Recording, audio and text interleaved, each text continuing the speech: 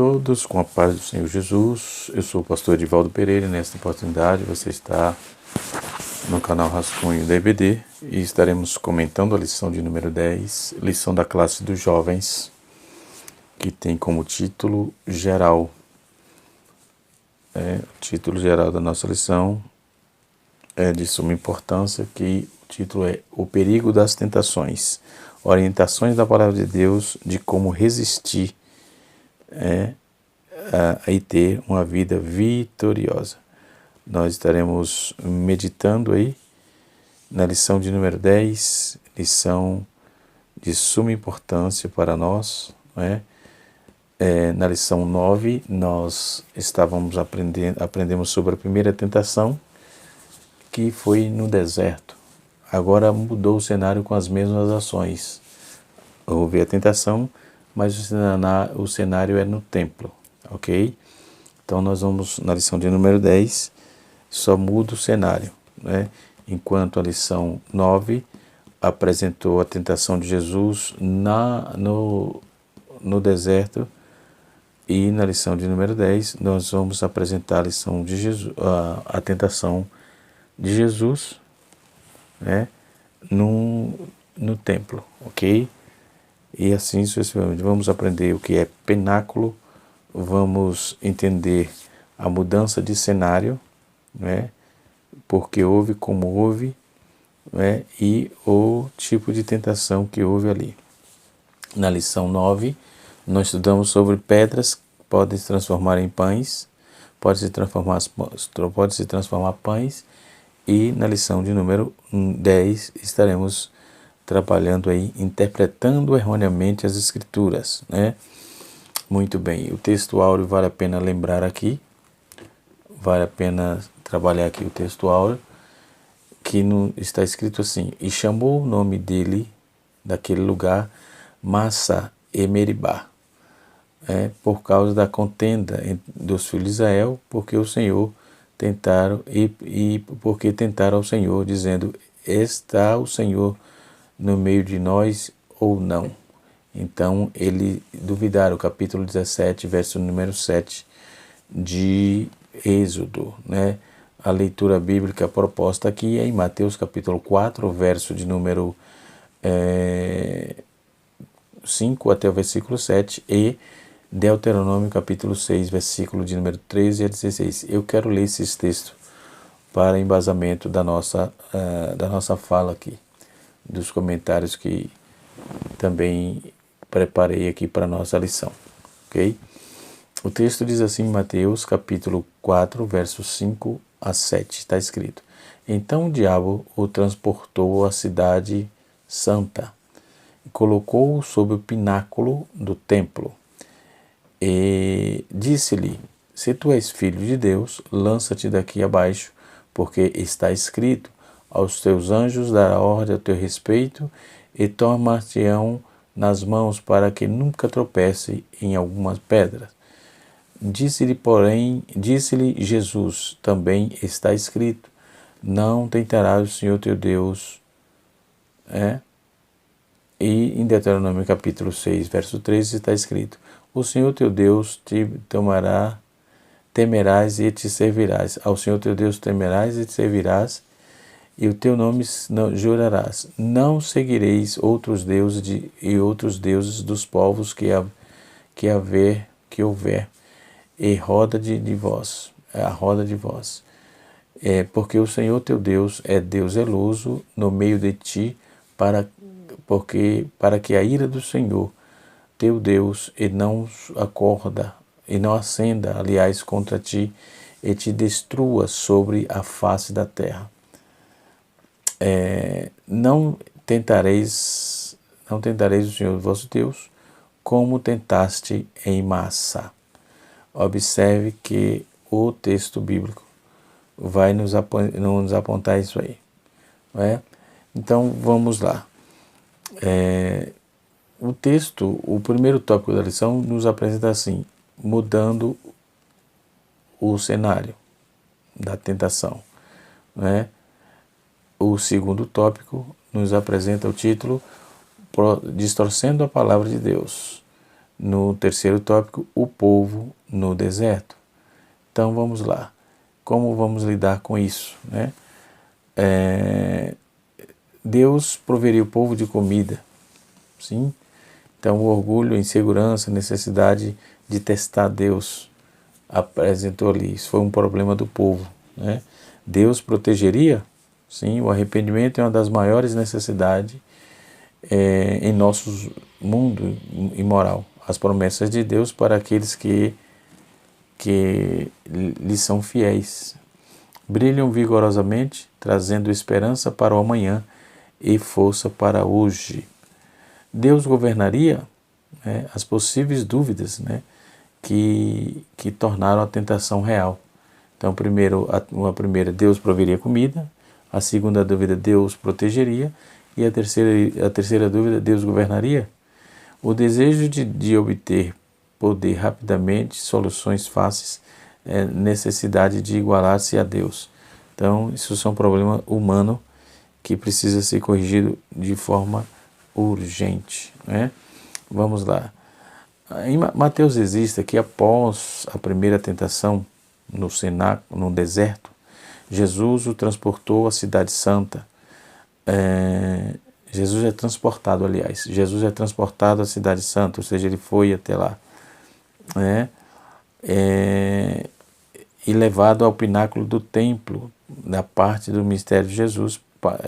Parte do mistério de Jesus ocorreu em Jerusalém, onde foi o templo, onde foi apresentado no templo, no capítulo 2, verso 22, e para onde ia os anos para celebrar a festa da Páscoa, no capítulo 2 de Lucas, verso número 40 a 41. A cidade santa não é um lugar desconhecido para Jesus, né? Nem para inimigos, né? O pináculo do templo era a parte mais alta do santuário. Isso era o pináculo do templo. Foi construído por Herodes. A arquitetura toda feita pelo Idumeu causaram aí admiração nas pessoas que iam até Jerusalém. Certa vez, até os discípulos de Jesus, ele em uma das idas no templo, mostraram a estrutura do templo, né? Mateus 24, vai trabalhar também o sermão profético. Mateus 24, versículo 1, era um lugar suntuoso, atraía a atenção das pessoas, né? Tanto para cultuarem quanto para fazerem negócio, pois até vendilhões usavam o espaço lá no santuário, conforme está escrito em João, capítulo 2, versículo número 13 a 16. Então, era um lugar tão estratégico para a fé em Israel que qualquer pessoa que se destacasse no templo, ensinando e contribuindo ou operando algum milagre, seria lembrada por toda a população. Então, devemos observar que Satanás se utilizou do santuário, ainda que a parte exterior, como cenário de tentação. Ele não respeita locais de culto, né? Podem utilizar deles para gerar confusão. Ele pode utilizar do lugar de culto para gerar confusão. Dentro dessa premissa, nós vamos aprender que quando o texto diz assim, tu és o Filho de Deus, né? Então já foi dito que a tentação, mais do que uma prova da nossa fé, é uma prova da nossa confiança em Deus, né? É uma prova da nossa confiança em Deus. Segunda tentativa do inimigo contra Jesus, a primeira foi no deserto, agora a segunda, ele traz novamente a fala de Satanás, questionando o que Deus havia afirmado com Jesus, que Jesus é o Filho unigênito de Deus, ou seja, e o próprio Deus já havia dito por ocasião do batismo de Jesus, né? Então, veja bem que audácia, né, de estar cobrando algo de Deus ou das coisas de Deus, né? Então, podemos observar que dentro dessa temática nós vamos aprender bastante sobre essa segunda tentação, ok? Inclusive, dá até para se fazer vários sermões, né? Da segunda e da primeira e da segunda tentação. A segunda tentação, Jesus passou a nos remeter a interpretar e aplicar mal o texto. Jesus passou a nos remeter a isso, tentando forçar a Deus, fazer a nossa vontade e não a dele. Então é preciso nessa segunda tentação pela qual Jesus passou, nos remete a interpretar e explicar e aplicar a Bíblia mal em um texto bíblico. Então, fiquemos atentos para não proceder dessa forma, ok? A Bíblia nos diz que que a palavra de Deus vem sendo lida, ensinada, pregada, e praticamente em todo o mundo, né? Então, ela tem o poder de mudar as vidas, né? A vida das pessoas, e nos revela o que Deus deseja que saibamos para sermos salvos, igualmente nos tornarmos cidadãos do céu. Entretanto, essa mesma palavra de Deus pode ser mal interpretada, mal aplicada, né? E Satanás nos mostra isso quando tenta pela segunda vez ao Senhor Jesus. Então, nos nossos dias, tem proliferado aí, principalmente com o advento das tecnologias que conectam pessoas, diversos palestrantes, pregadores, coach, por que não dizer, por falta de sabedoria ou por má intenção. Diluem aí as verdades das Sagradas Escrituras, tornam-se adaptáveis às escolhas dos ouvintes, criando aí um grupo de pessoas em busca de adaptar-se à palavra de Deus, né? Às suas necessidades, adaptar a palavra de Deus às suas necessidades. Tem gente até propondo a atualizar textos bíblicos, né? Conjecturando e imaginando que os textos bíblicos estão desatualizados. Então Jesus ele foi tentado, aliás, a utilizar a palavra de forma equivocada, até nisso, né?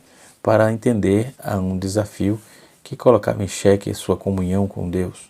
Entretanto, Jesus ele venceu a tentação de aplicar mal a palavra de Deus, né? Para a vida e agir de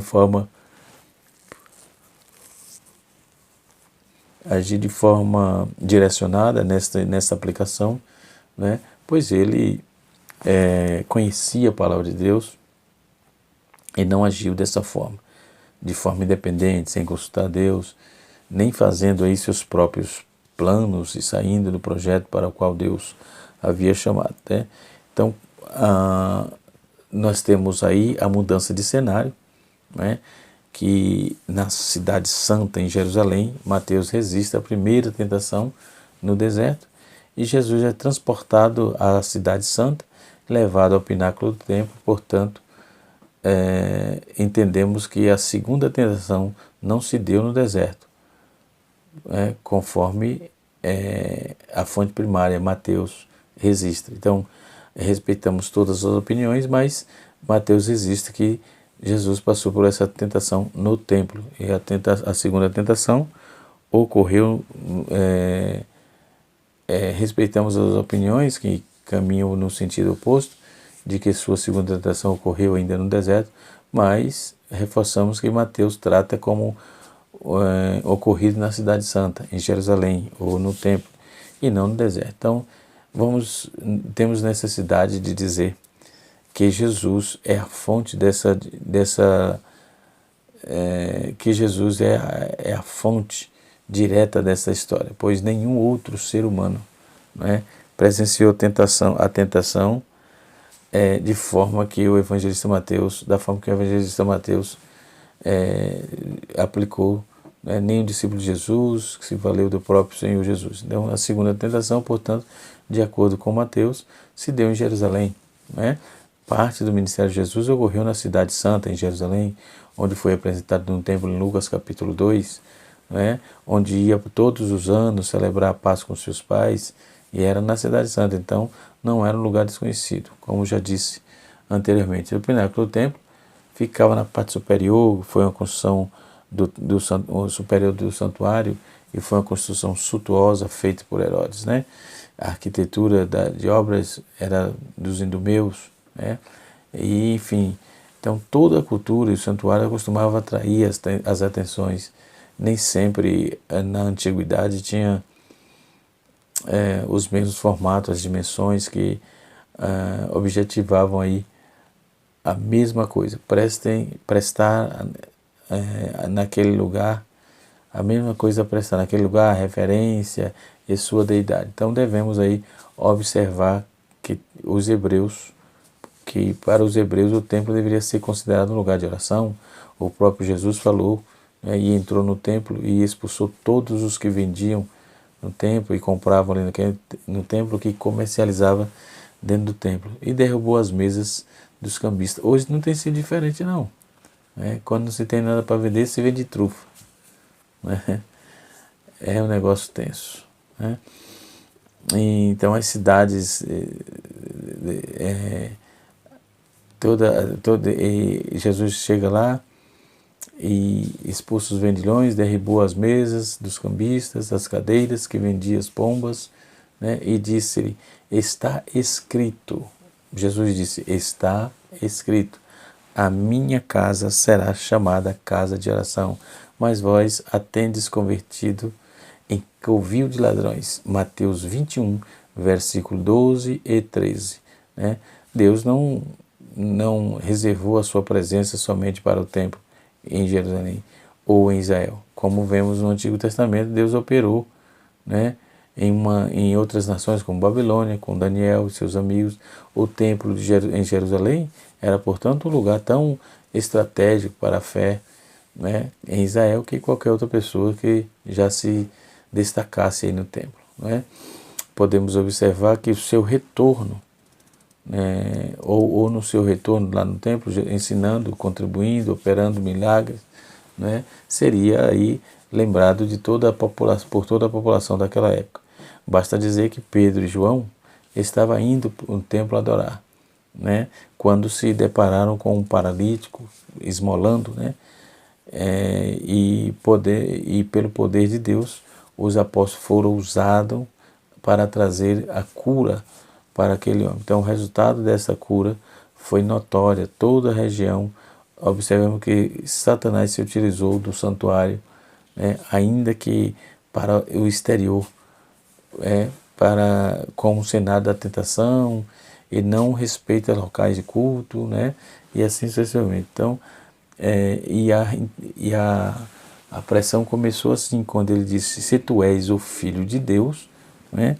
Então, Jesus já disse que a tentação é mais do que uma prova, mais do que uma prova de fé, é uma prova da nossa confiança com Deus. A segunda tentação do inimigo contra Jesus, novamente fala de Satanás questionando a Deus que havia afirmado, questionando o que Deus já havia afirmado, né?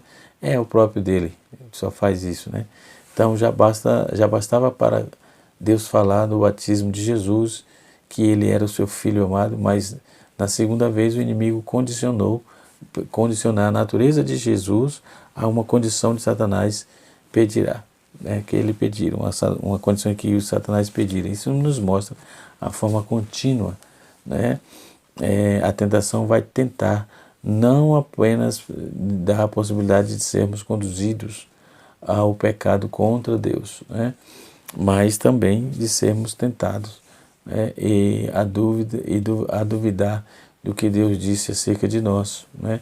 Jesus é o Filho de Deus, é o próprio Deus, como já havia dito na ocasião do batismo de Jesus, que o próprio Deus, ele atestou isso. Este é o meu Filho amado, em quem eu tenho prazer. Então, tomamos cuidado para não interpretar os textos bíblicos, para não violar a regra da hermenêutica bíblica, não é? Para não violar o que Deus disse, porque tem coisas que Deus não disse, e tem coisas que Deus disse e não está escrito, né? Então precisamos tomar cuidado com isso, o que ele disse e o que ele não disse. A obediência à proposta de Satanás era tentadora quanto ao homem que existe aí, que ao ser solicitado que promova, que comprove um argumento que fizer. Então não sinta que deves fazê-lo imediatamente. Em primeiro lugar, pergunte a si mesmo: que direito tem o meu incitador a pedir-me que faça tal comprovação? Não é? Precisamos questionar isso. Jesus, contudo, não cai aí na armadilha, né? Ele percebe que Satanás está pedindo o que equivalia a troca à fé pela persuasão, a submissão, a orientação divina pela insolência, né? aí significaria nada menos, nada, porque se arriscar significa nada menos do que se arriscar a autodestruição, a falsa confiança no Pai, que o diabo exigia de Jesus nessa segunda tentação, não era melhor do que a desconfiança que ele propusera da primeira vez, né? Então equivaleria também fazer a experiência com Jesus, com o Pai, ou melhor, uma tradição rabínica afirma: quando o rei, o Messias se revelar, então ele vem e se coloca em pé no teto do lugar santo, já dizia um certo rabino, né? Dentro dessa questão, com base nessas tradições todas, alguns comentaristas também são da opinião que o tentador estava tentando convencer Jesus de que ao lançá-los do penáculo do templo, se firmaria como legítimo Messias, né? Então eles estavam tentando pressionar Jesus de forma que tentando dar o que ele não tem. Na verdade, essa é o diabo, essa é a atitude do diabo. Ele oferece aquilo que ele não tem para dar, né? Para tentar ludibriar, para tentar manipular e enganar. Então, com base nisso, o comentarista William Hendricks, ele diz que a tradição rabínica, né, que aponta para essa questão, ele afirma que, na opinião do tentador, estava tentando convencer Jesus a se lançar do pináculo do templo, né? Ele afirma que com o legítimo Messias, depois de uma aterrissagem milagrosa e salvo, né? E a multidão aí a observar sua descida com espanto, exclamando: vede, ele não se feriu, como pode ser Messias, não é? Aí para Jesus, assim prossegue o argumento que esse teria sido um caminho mais fácil, né, para o sucesso. A cruz seria evitada, né, a coroa seria obtida sem luta ou agonia, né, já dizia William Hendricks, né. Outro fator muito forte, outra palavra muito forte é quando a proposta que o diabo faz, dizendo assim: lança-te daqui abaixo. Então Satanás não coloca Jesus no pináculo do templo, ele empurra o Senhor de lá, ele o leva para o alto e incita Jesus a se jogar. Então o inimigo certamente não tinha autoridade para atentar contra a vida de Jesus, sim, mas incitou que o Senhor atentasse contra a sua própria vida, ou seja, cometesse um suicídio, não é? Então, de forma geral, a tentação ela está apresentada como algo que dependerá de nós aceitar ou não, né? Então, Satanás tem limites, suas tentações. Em suas tentações, ele poderia dirigir-se a Jesus, tentar fazer com que o Senhor ouça e faça o que está sugerindo, mas não tem capacidade de impor nada a Jesus. Dentro de uma obediência ao Pai, jamais cometeria tal ato, né, de obedecer o inimigo, né, de obedecer o diabo. Então, da mesma forma, ele surge com a tentação, e depois que a pessoa cede e peca, Satanás se torna acusador. E o que isso poderia significar para Jesus, né? É possível que ao aceitar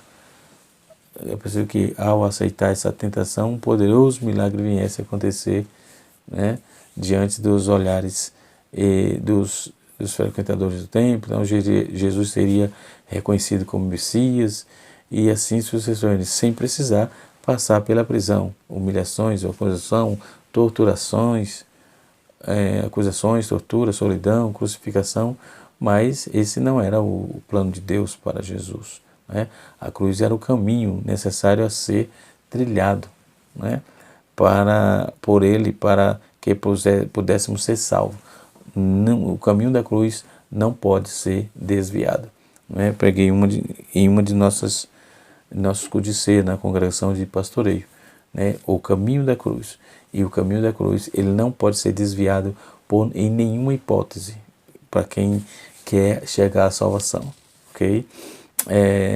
Então, o milagre que supostamente sugeria ali, caso Jesus tivesse colocado Deus à prova, não seria inferior a um dos milagres realizados pelos profetas do Antigo Testamento, fazer descer fogo do céu, ressuscitar mortos, curar leproso, abrir o mar de forma grande e fazer grandes realizações. Então, mas nenhuma delas foi feita pelo Messias. Com a permissão de Deus, o diabo conduziu Jesus a essa cidade, e o colocou no próprio pináculo, que literalmente quer dizer asa. Pináculo quer dizer asa. A asa do muro exterior e todo o complexo do templo. Então, o local exato não é fornecido aqui no nosso comentário, né? Por ter sido aí superior todo o pórtico real de Herodes, né? Que dá o vale de Cedron, em altura de cerca de 150 metros, uma altura que provoca vertigem, né? Segundo indica Flávio Josefo no livro das Antiguidades, né? 15 e 412, e William Hendricks também, no seu comentário sobre Mateus, ele vai fazer essa mesma proposta. Então, bastaria que Jesus dá alguns passos à frente, a lei da gravidade faria o seu trabalho, de forma que sobrenatural, não é? Então, certamente o livramento ocorreria, né, e Jesus entraria para a história aí como o mais importante hebreu, né, a quem o próprio Deus cuidou de proteger.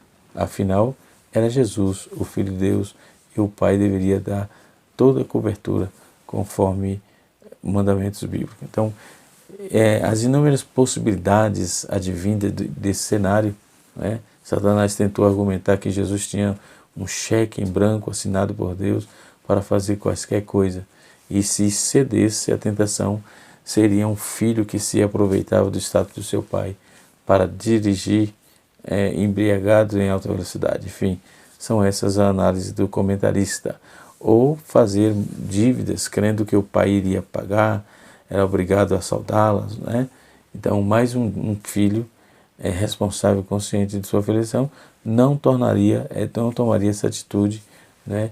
Esse ato totalmente escabroso, né? Então, Satanás lembrou a Jesus que Deus não deixaria o seu filho ferir-se. Aí no capítulo 4, verso número 6, e Salmos 91, verso número 11 e 12. Né? Então haveria anjo para garantir a sua segurança. Né? Deus está comprometido com a proteção dos que confiam nele. Deus está preocupado com isso, né? Ou seja, de fato, o próprio Jesus mais tarde afirmaria que a autoridade pode ser a segurança, né? Garantir a sua segurança. Deus está comprometido com a proteção dos que nele confiam, né? E, de fato, o próprio Jesus mais tarde ele afirma isso, né?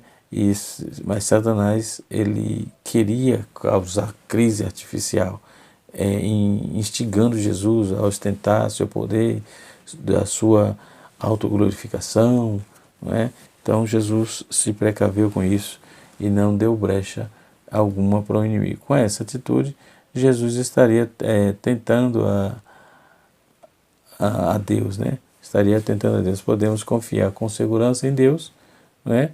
Ele nos proporciona tudo que temos, né? Do fôlego de vida, e a sua palavra é a nossa bússola, que nos guia. Bendito seja Deus, né? Então, retrocedendo à palavra de Deus, anjos vão guardar você, é o subtítulo, né? Então, a posição de Satanás nessa tentação se fixou na possibilidade de que Jesus se lançar do pináculo do templo, né? E ser rasgado de forma sobrenatural pelos anjos, né? Então, esses seres ministradores não trabalham em prol daqueles que hão de herdar a vida eterna, né? Conforme já tem no texto aí, ok? Então, mas eles atuam na orientação divina, não de acordo com a convivência humana. O inimigo se baseia no Salmo 91, para que em seguida tentar convencer que Jesus se baseia nas promessas de Deus, né? E assim sucessivamente. A promessa do Salmo 91, ele se refere a um dos anjos em prol dos que andam com Deus, né? E de seres celestiais, enfim, está certo? Então, em prol dos anjos, que anda com o Senhor. Então, temos que ter cuidado para não distorcer a palavra de Deus, tá certo? Que Deus em Cristo nos abençoe, que o Espírito de Deus continue no nosso coração, que a boa mão de Deus esteja conosco e com os nossos jovens. Um abraço e até a próxima aula, se Deus assim nos permitir. Canal Rascunho DVD, ensinando para transformar vidas.